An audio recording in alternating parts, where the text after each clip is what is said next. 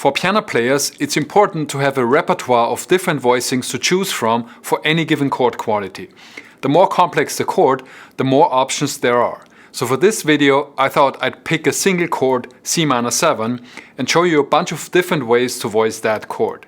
Now, I'm not gonna play every single Cm7 voicing I can possibly think of, because we're gonna be here all day.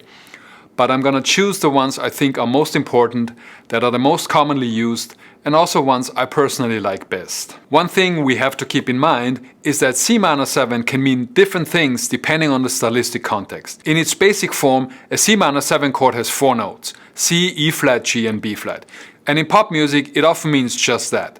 However, in some genres like R&B, funk, gospel and most importantly jazz music, you're not only allowed but often expected to add extensions to that basic chord at your own discretion to make it more interesting. So I will present both voicings that only contain 1, 3, 5 and 7 and voicings that contain extensions. In traditional jazz arranging, the available tensions for a minor 7th chord are the 9th and the 11th. In a more contemporary context, the 13th might also work, but for this video I'll only turn it up to 11. So here's our first voicing, a basic Cm7 chord in root position. The first thing we can do is invert this shape, which gives us 3 more voicings. These voicings are all in what's called close position, meaning they span no more than an octave. We can go to open position voicings by using a very common technique called drop 2, where we take the second note from the top in any close position voicing and drop it down the octave. This gives us 4 more variations.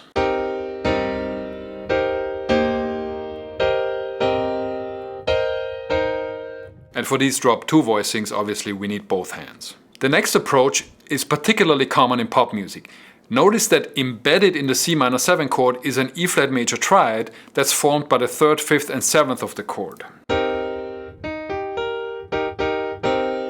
We can split off the root from this E flat major triad and move it to the bass register and then only play the E flat chord in our right hand. We can then invert that E flat chord to give us more variations. We can double one note of the triad to make the chord a bit bigger.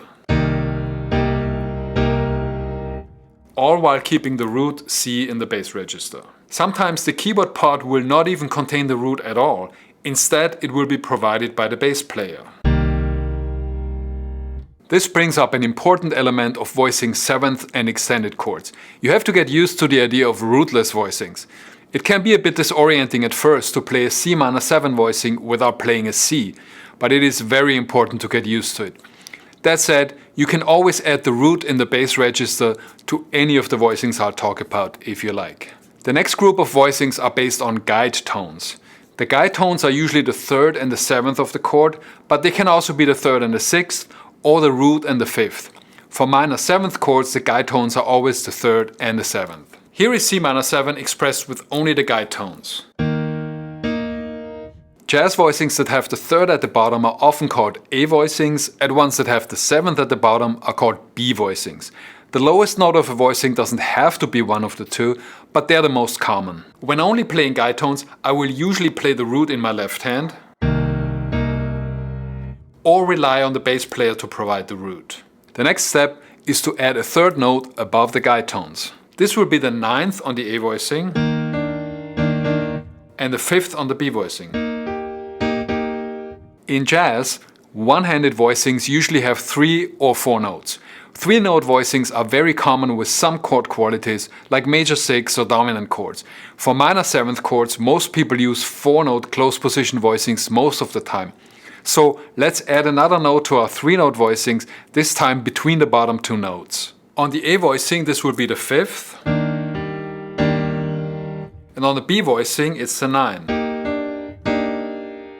These 2 are the most common one-handed jazz voicings for minor 7th chords, by a monumental margin. But there are other options. One is to use the 11th instead of the 5th. This tends to sound a bit more modern. Here's the A voicing with 11 instead of 5. And here's the B voicing with 11 instead of 5. And next, just like we did with the basic shape voicings, we can use inversions and drop 2 voicings to give us more variations. If we invert the 4-note A voicing, we get this. That's not bad per se, but having a minor second at the top of a voicing is relatively rare. If we invert it again, we get the 4-note B voicing that we already know. If we invert it again, we get this. This one has the 9 at the bottom and it's pretty common. If we invert the 4-note voicing with the 11 instead of the 5th, we get 2 new variations. Once again, the one with the minor second on top is rare, but this one is awesome and very common. And like we did with the basic shapes, we can go drop 2 on these 4-note voicings that contain a 9 or 11 and get a whole new batch of variations.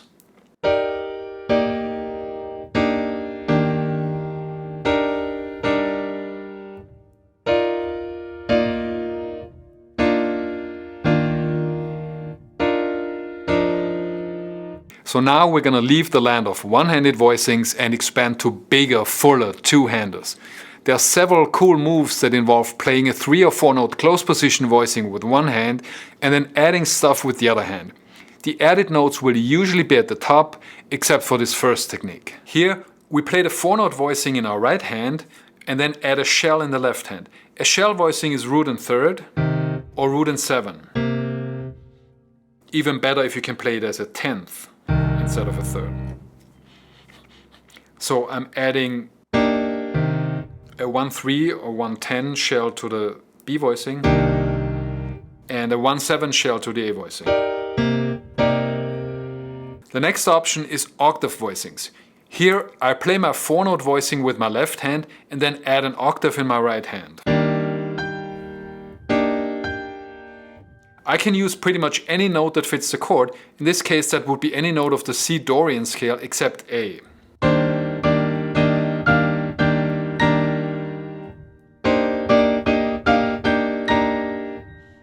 Probably the most common, and certainly my faves, are 9, 11 and 5. We could leave it there, but most of the time we play at least one other note to fill out the octave like this. A related idea is the use of upper structures. Upper structures are embedded triads that contain extensions. Some people only apply the upper structure concept to dominant chords, but I think it's equally useful on other chord qualities. You know how we saw that a simple Cmi7 chord contains an embedded E flat major chord? Well, if we extend the chord to 9 and 11, we also get a G minor triad and a B flat major triad. We can take these 2 triads and play them upstairs in addition to a left hand voicing, just like the octaves. Usually one note will be doubled so the right hand also spans an octave.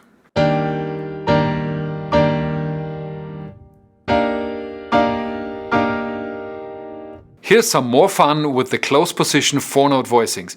We can take any 2 of them and play them at the same time so they overlap in the middle. Most commonly, this will be an A and a B voicing together, like this,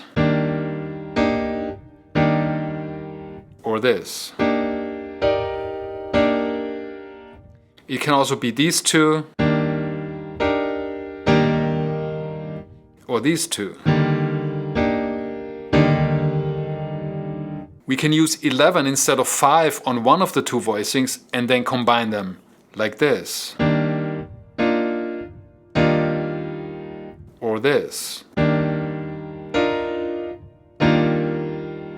As you can tell, the possibilities are endless. If you're still watching, you're a trooper. We got 2 more groups of chords and then we're done. First, we got 5-note voicings without any doublings. This is one of my favorite type of voicing. In fact, I did a whole video on 5-note voicings, which I'll link to in the description. There are 2 that I like to use on my minor 7 chords. This one and this one.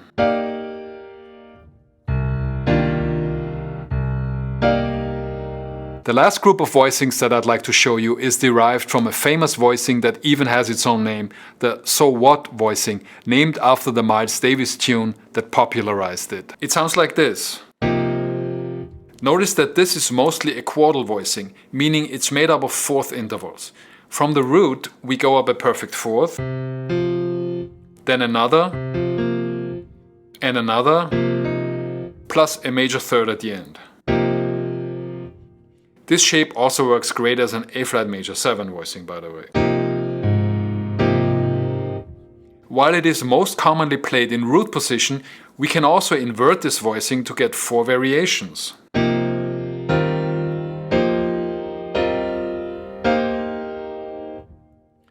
We can also leave out one note of the basic so what voicing at the bottom or at the top. Also very common. And there are 2 more variations of this that I really like. We can add the 9 to the root position one, or we can play 9 instead of 1 on the second inversion. So there you have it. Again, these are by no means all the possible voicings for a C-7 chord, but I think the most common and important ones are covered in this video. If I missed any of your faves, let me know in the comments, and I'll see you next time. Bye.